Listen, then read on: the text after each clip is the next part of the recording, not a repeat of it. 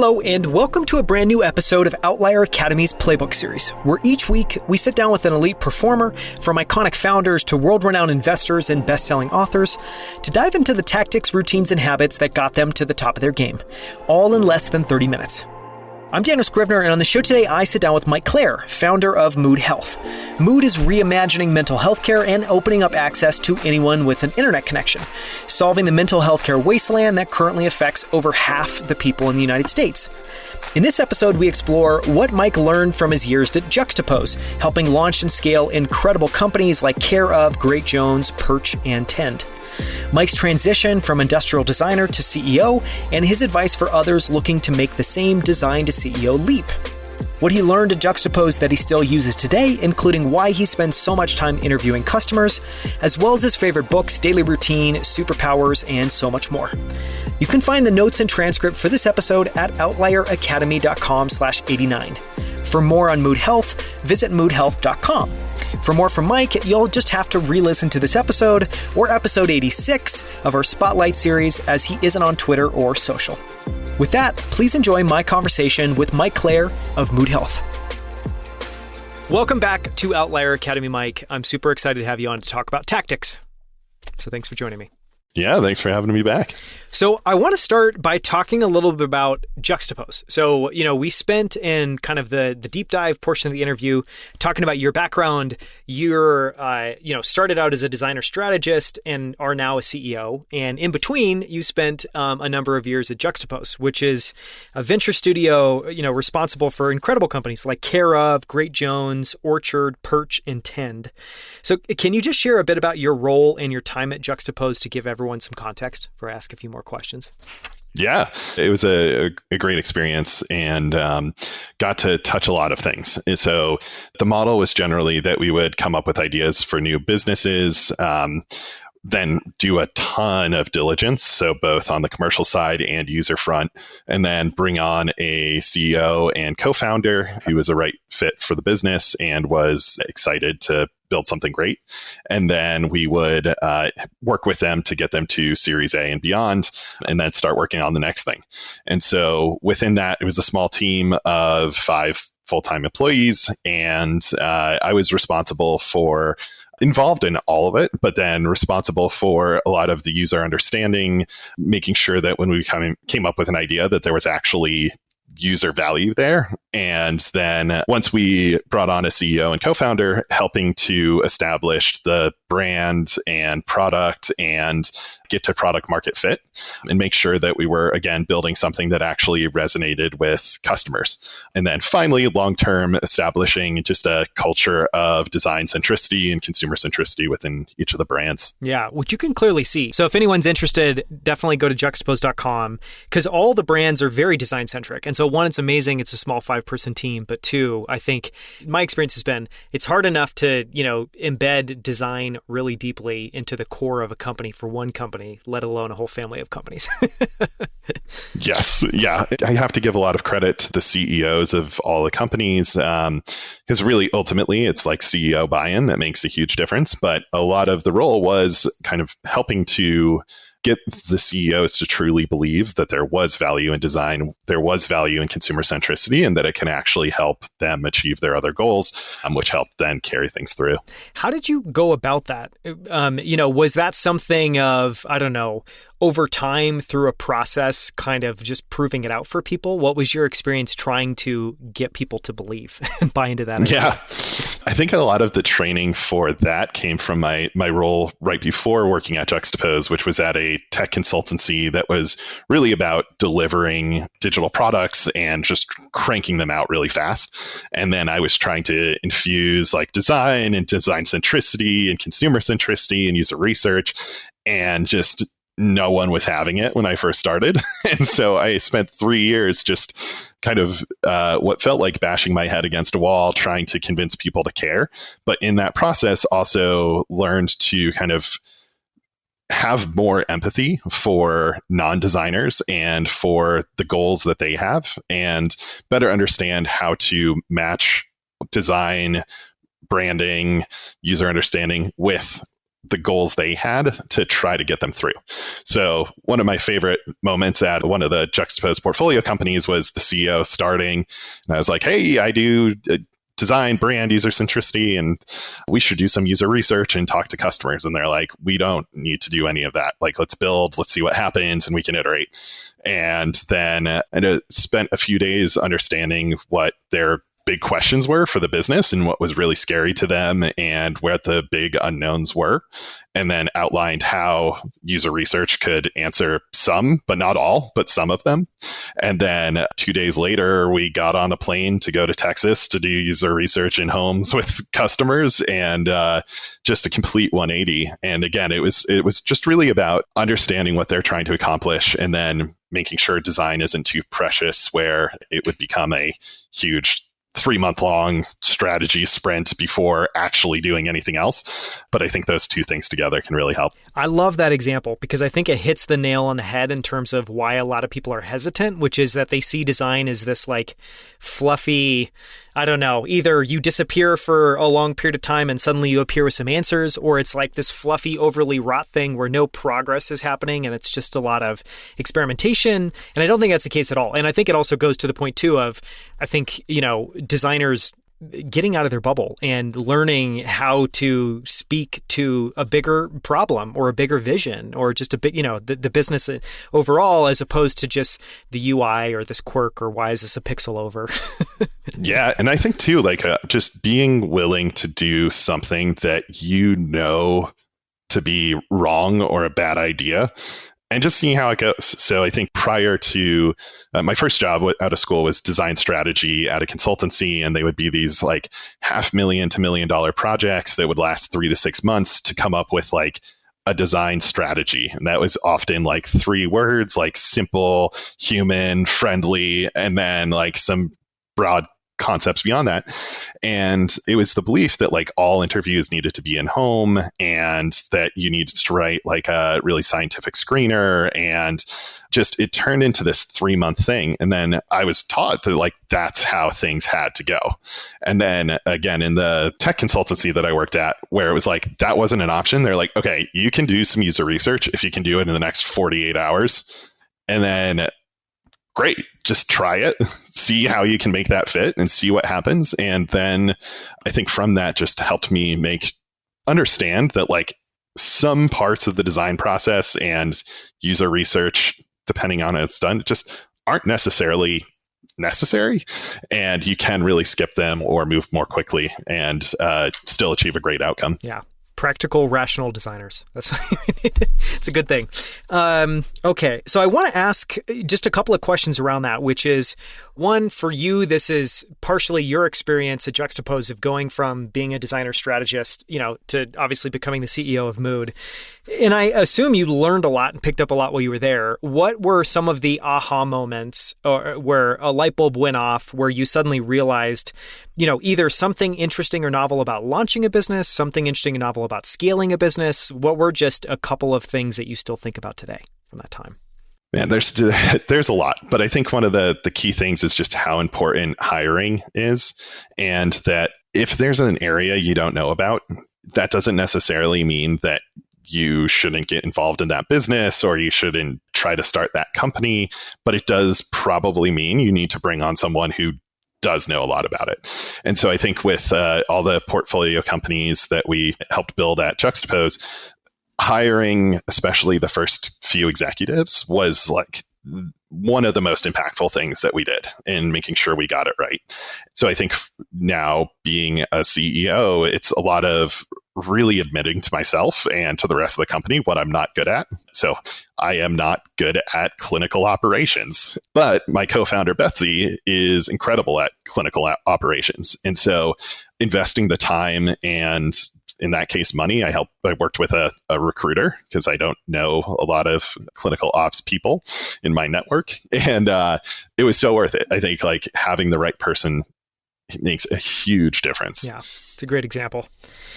Is there anything, I guess you gave an example of what you did at Mood. Okay, let's move on and talk about kind of the transition from being a designer to being a CEO. And part of the reason I want to talk about this is I think you're a really remarkable example where you have really deep design expertise, but you also now have many years of being involved building businesses. And, this is something I'm having more of these conversations today. I'm hearing from more designers that want to make that leap.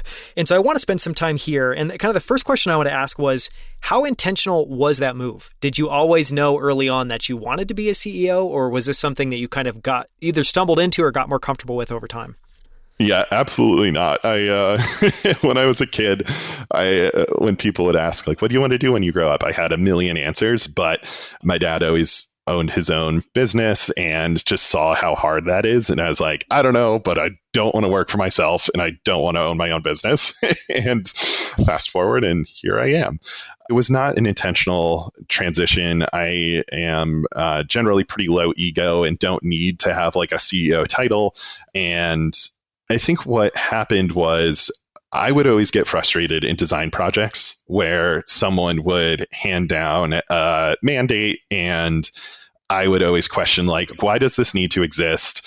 The problem that this is supposed to be solving does not seem like it would be solved by this problem. Like, where are these decisions coming from? And so I was always curious to get kind of one step back in the process to understand like the why, and then actually have influence or be able to influence that decision. Because to me, that's half of design, is like choosing what gets designed in the first place. I kept then just stepping back further and further from there. And what was amazing about Juxtapose and kind of the context there is that it was design, yes, but it was like, you really do need to understand the whole context, the whole environment, to be able to know what the right decisions are within that space. And then I think the biggest catalyst was like, this was a business that I just had to start. And I think any really mission-driven company, I've talked to a lot of my friends who are also founders about this, and a lot of people were not wanting to be CEOs, and they were just like, this thing needs to exist. And one of my friends described it as like, look, you care more about this than anyone else in the world. Therefore, you should be the CEO. And I think within the first few years of a company's life, that care and like giving a crap is so much of what a CEO needs to do, because most CEOs start off without really knowing how to start a business or what they're doing, or it's just a lot of figuring things out. And having that motivation, having that dedication, having that vision is so powerful in especially that phase, that I think that is more meaningful than almost anything else. Yeah. I mean, it's interesting. It makes me think of, there's a common term I really like about skin in the game. It almost feels like you need soul in the game. Those early days, like your whole heart has to be in it, because it's a slog. And for any founder you've talked to, I had a founder on recently who's was an investor before starting his latest company, and, got to see super intimately by working with a bunch of amazing founders that even for the best founders, it is really, really, really hard. And so the way he equated it was, he was like, I had to find a problem that was interesting enough that I was willing to put the gun in my mouth and pull the trigger. And I was like, well, yeah, it's a little morbid, but I get it. I mean, there are all these founder groups where founders get together and talk about how it's going. And there are these like kind of private communities, and that people end up talking very openly. And talking again to my founder friends, almost everyone in all of their founder groups, it's a lot of pain, and it is hard. And there needs to be something that's really, really driving you to do it. And otherwise, most people who kick off the process and don't have that fire in them are just going to decide kind of intelligently that there's probably better jobs to get, better ways to make money, and end up getting a job, which I think is totally legitimate and a great decision for 99% of people. And then some people just have to do it. They have to take on the pain for whatever reason that is. So the next question I want to ask was, I think generally, when you talk about a designer CEO or a CEO that's been a designer, it's pretty easy to think of the the amazing parts or what would be good about someone with a design background becoming a CEO. What are some of the struggles? And I think what I'm trying to get at there is like, my experience of that has been there's kind of a lot of your brain you have to rewire or reconfigure a little bit. Even some of the things you're talking about around like be willing to do something, even if you think it's going to be terrible, just to see, as one example. How would you talk about that? What has it been like for you to go through that transition, and what have you had to adapt, to?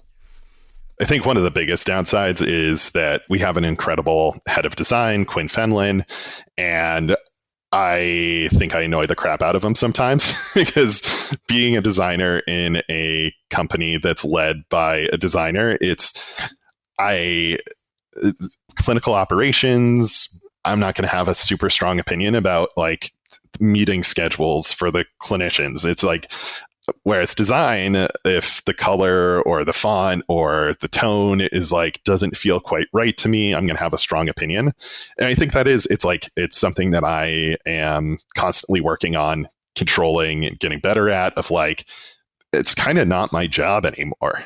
And I really need to instead like hire the right people and support them in them designing and building the right things, but it's hard. But then I think otherwise, like the transition from a designer to CEO, for me, it's been a long transition. It's been like 10 years of, I think the last real design work that I did was like maybe 5 years ago. And then since then, it's been a lot of transitioning away and learning about other things and getting involved in other things. And so I do think there's just like a tremendous amount to learn about other parts of business that can be really valuable, or you bring on folks that do know what they're doing and find complementary skill sets. Because I do think there are a handful of design-led companies that have designer CEOs. And really, again, if you have that passion, you have that vision, if you're good at hiring people, then you generally have what it takes to be able to build a company. Yeah.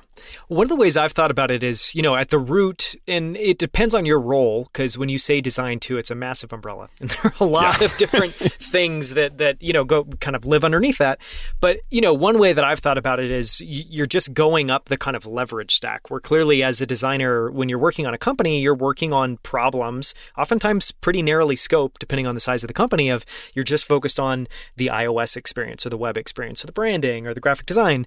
And obviously, as you kind of go up to leading a design team and then becoming a CEO, you're still taking the worldview of you're bringing a bunch of people, you're bringing a bunch of parts together to create something kind of new and amazing. But, like your medium and everything you're working with is completely different. But I do think that there's something really helpful to latch onto there of like, you're still creating mood, you're just doing it with people and you're doing it with ideas and culture. Does that resonate with you? Oh, definitely. Yeah. I think that's in a lot of ways, I feel like I still identify as a designer more than like a business person.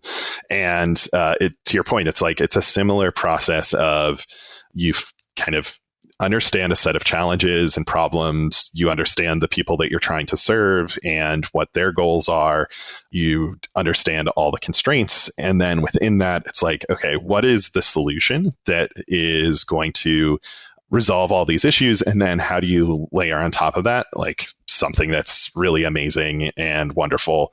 And that kind of problem solving, putting things together, assembling different parts, to me, it's the same between whether it's like making a website or designing a physical product or bringing together a team of people to create a service or an experience.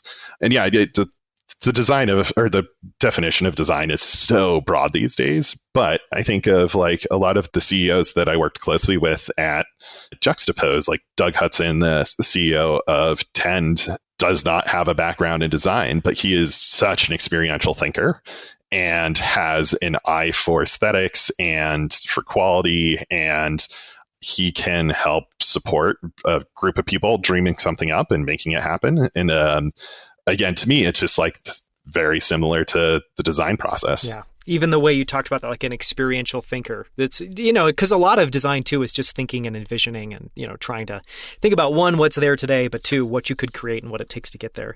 Last question on this topic, and then I want to ask just a couple of questions just about you. I know there's going to be people listening to this episode that are a designer, that are interested in your background and your story. What advice would you have, if you were sitting down with a designer who was interested in making that transition? I mean, we've already talked about, gradient shifting over a long period of time, recognizing what you're not good at, bringing on people. What super meta advice would you give that person in terms of how to think about that transition? What words of wisdom would you say? I think just be incredibly open-minded and really try to learn and absorb everything you can around you in whatever context you're in at that moment. I think so much of what I've been able to learn is not from the work that I was doing directly, but just keeping an eye on the work that everyone else around me was doing, trying to get involved in more and more and just get a better understanding of how the whole system worked. But then the other thing is, again, with being a CEO, I'm really glad that I had the experience that I did and didn't just start a company straight out of college. But that was just because I wanted to learn how other people did things before trying it myself. But then starting a company, it's there's so many unknowns. There's so much you need to figure out. And I think it's more about having the, again, open-mindedness and hustle to be able to continuously learn, reach out for help when you need it, ask experts, bring on other people who really know things. And so it's something that if there are ways that you can become more prepared, do it. If not, then just dive in and it's going to be a lot of work, but there's ways to figure it out. Yeah, I love that point around just being super open-minded and trying to learn because, I do think at a super simplistic level, one of the things that's happening when you go from being a designer to a CEO is a designer is responsible for one, silo within a company of which there are many, many, many other silos from finance to operations to sales to, product management. And so I think a lot of it is just one, brushing up on having a basic level of knowledge and understanding across all of those. And then to your point, I think a lot of it is, it almost sounds like a piece of advice would be one of the biggest muscles you're going to flex is the I don't know muscle. And then, using that to either bring on people or recognizing that you don't know and asking great questions. Yeah, I think another practical tidbit is I didn't do Y Combinator, and now knowing more people who did, it seems like a great, amazing program. They have a lot of great online resources and YouTube videos and content where they really do lay out kind of end-to-end how to start a company. And I think there are a lot of practical steps in starting a company and things that you just don't know where to even get started. And so I think they have a lot of great resources for giving a broad overview. Yeah, I haven't checked out their video content, but we will look for that and link to that in the show notes. Okay, so now I want to transition, just ask you a couple of questions. And the first one is probably obvious, but I'm hoping maybe you have a non-obvious answer to it. What do you think are your superpowers? When you think about how you show up during the day, where do you get those from? And, how do those just show up in your day-to-day work? Yeah, I think it's understanding people and empathy. So I think that's been the constant thread throughout my career and throughout my life is I just, for better or worse, am hyper observant. And sometimes it is distracting and overwhelming because there's just so much that I'm trying to take in simultaneously. But I think just being able to have a conversation with someone, be able to quickly read them, understand kind of how they're reacting to things, and be able to get some more depth into who they are, what they're looking for, what's driving them, and then be able to now create things that they react well to. I think a lot of it, I've talked to some other folks that also have kind of that deep empathy almost to a point where it's uncomfortable.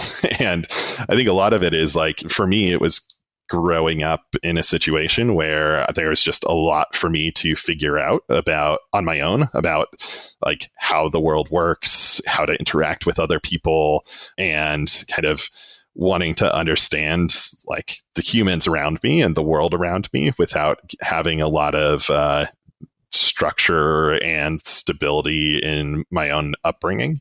And I think that's caused this like hypervigilance around understanding people as like a survival method. And luckily I've been able to turn it into something productive. But yeah, the origins of that are, but I think it's really important to talk about that because, I think a lot of the strengths that we all have, a lot of strengths are born out of, just not awesome things, not awesome experiences, which I think is a great thing to reflect on every time and again. Yeah, there's a book called Reboot, who's by the founder of Reboot.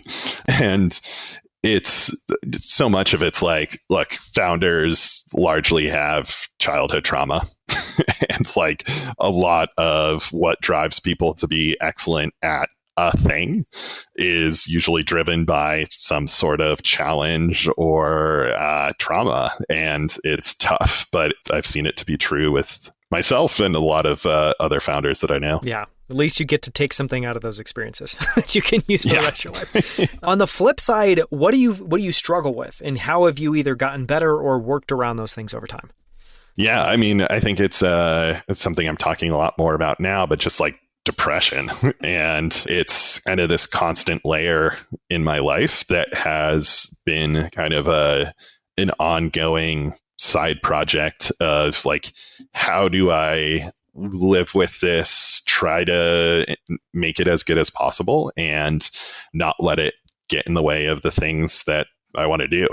Sometimes I'm better at it than others, and I'll go through waves of things being good and being able to be super productive. And then I'll go through waves where I'm like not feeling so great. But I think that largely the last 10 or so years, I've been focusing a lot more on making decisions in my life to help support and get out of depression. And so everything from starting to do a little mindfulness to like moving out of New York because I had seasonal depression and moving to first San Francisco and now Miami, where it's like, again, a whole range of things that can impact and help resolve at least my depression, but constantly trying to chip away at it. Yeah. In Miami with all the vitamin D, I would hope that would play a positive. It helps. Positive yeah. role.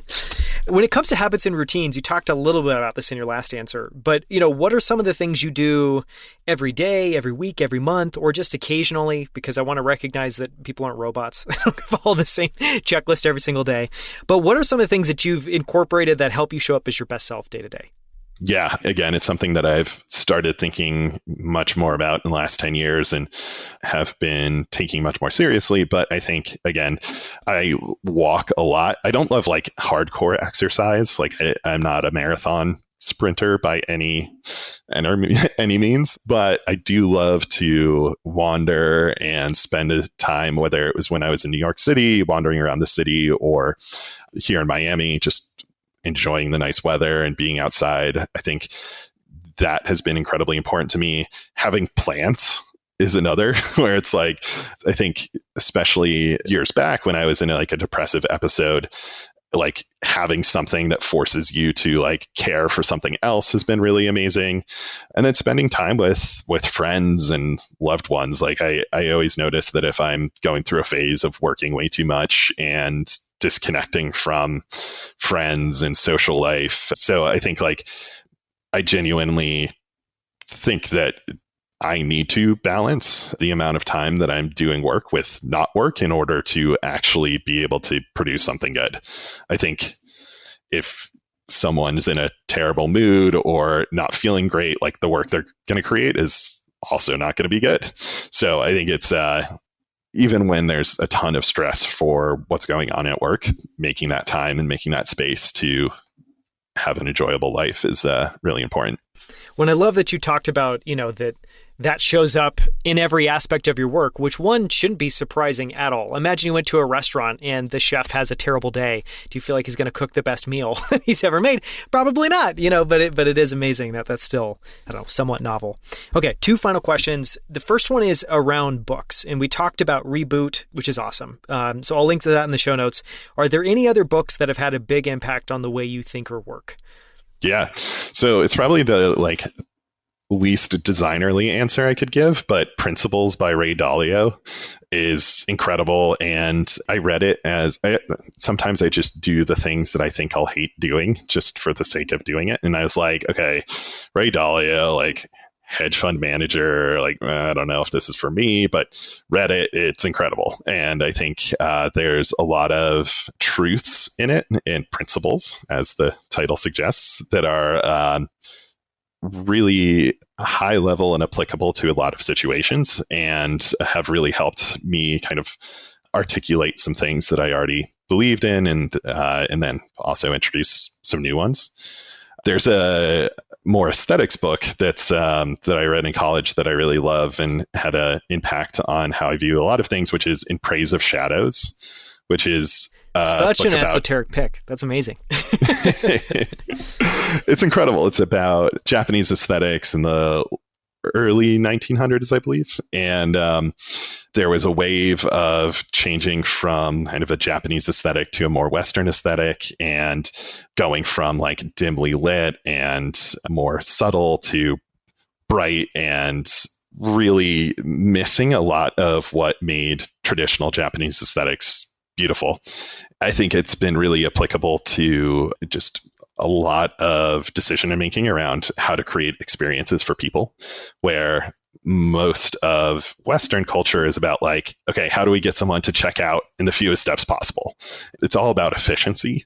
Whereas I think with Japanese aesthetics, it's really about like, what is the experience you want to create? And like, often it's not the most direct route, and there's some inefficiency in there.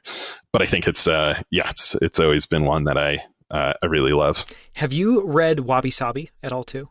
Yeah, it's one of those like books that you own, and I've moved like 5 different apartments, and it's come with you to each new place. Yeah. And it's like a 100-page book, if that. Yeah, it's it's very similar. I'll add it. The only reason I brought it up is I feel like I'm a massive fan of Japanese aesthetics. Huge nerd. And anyways, and so both of those books, I feel like they're great compliments. So for anyone that interested in Praise the Shadows, Wabi Sabi is also great. Okay, last question. What are you obsessed or fascinated by at the moment? What can't you stop thinking about? So one is just like, there's a lot of interesting things going on in the world of mental health, which is where a lot of my brain is, but psychedelics right now are having a moment, and it's really interesting and exciting. Like, I'm usually not a psychedelics advocate in just general, but I think it's like really incredible to finally have some new scientifically backed solutions for solving some of these challenges that have been people have been experiencing for years and years and years. So it's one of the first real developments within mental health in the last 20 years, and really promising, really early stages. So there's still a lot unknown, a lot to be figured out. But I think it's going to be a really amazing phase for mental health, just having more solutions out there. Yeah. What applications excite you about psychedelics? Because, the one that comes to mind for me is I've heard a lot of positive research being done around PTSD, and that's been very challenging to treat. Are there others? Yeah, so I think there's that. There's like end of life. So there's really interesting evidence around how psychedelics can help with someone who is facing end of life. And just, it's amazing how someone can go in with like this overbearing weight of this really incredibly tragic reality, and then come out at peace. And then there's also just a lot around treatment-resistant depression. So antidepressants are tricky. They're not one size fits all. A lot of people need to try multiple. And then some people try a third and a fourth and a fifth, and they're still feeling really depressed. And psychedelics, so there's like ketamine therapy that has been FDA approved for specifically treatment-resistant depression. And I think it's just opening up a path for a lot of people who thought that there were just no other options to try. Yeah, and to be able to treat, I think the end of life example is fascinating. That's a huge thing I'm excited about. Just it's amazing to me that we're still at a point where I think end of life for so many people is just super shitty. You could be states away from somebody when the end of their life. Like, dealing with that news can be really terrible. I'm excited that we're starting to talk about those things and thinking about what other ways maybe are a little bit more humane, a little bit more beautiful, a little bit more incorporated of families when that happens. So it's really exciting. Thank you so much for joining me again, Mike. This has been amazing. Thank you. And I will link to, you do not have a Twitter account, which I got wrong last time. So, but I will link to Mood Health, and I highly encourage anyone who's listening, who's either, looked for therapy or has had a therapist or a psychiatrist they've been looking at, to check out Mood Health. And absolutely, if you haven't, listened to the full-length interview where we focus all on what Mike and his team are doing with Mood Health. I think it's incredible. So thank you so much. Thank you. Thank you so much for listening. You can find links to everything we discussed, as well as the notes and transcript for this episode, at outlieracademy.com/89. For more from Mike Clare, listen to episode 86, where Mike joins me on our Spotlight series to go deep on mood health, including why 50% of Americans live in a mental health care wasteland, why the current mental health care system is broken, and how Mood Health is reimagining that system, including why they refuse to make any money prescribing medication, and how they've created an entirely new patient experience from the ground up. You can find more incredible interviews from the founders of Superhuman, Levels, Rally, Common Stock, and Primal Kitchen, as well as best-selling authors and the world's smartest investors at outlieracademy.com. You can now also find us on YouTube at youtube.com/outlieracademy. On our channel, you'll find all of our full-length interviews, as well as our favorite short clips from every episode, including this one. From our entire team at Outlier Academy, we hope you enjoyed the show, and we hope to see you right here next week on our Playbook series.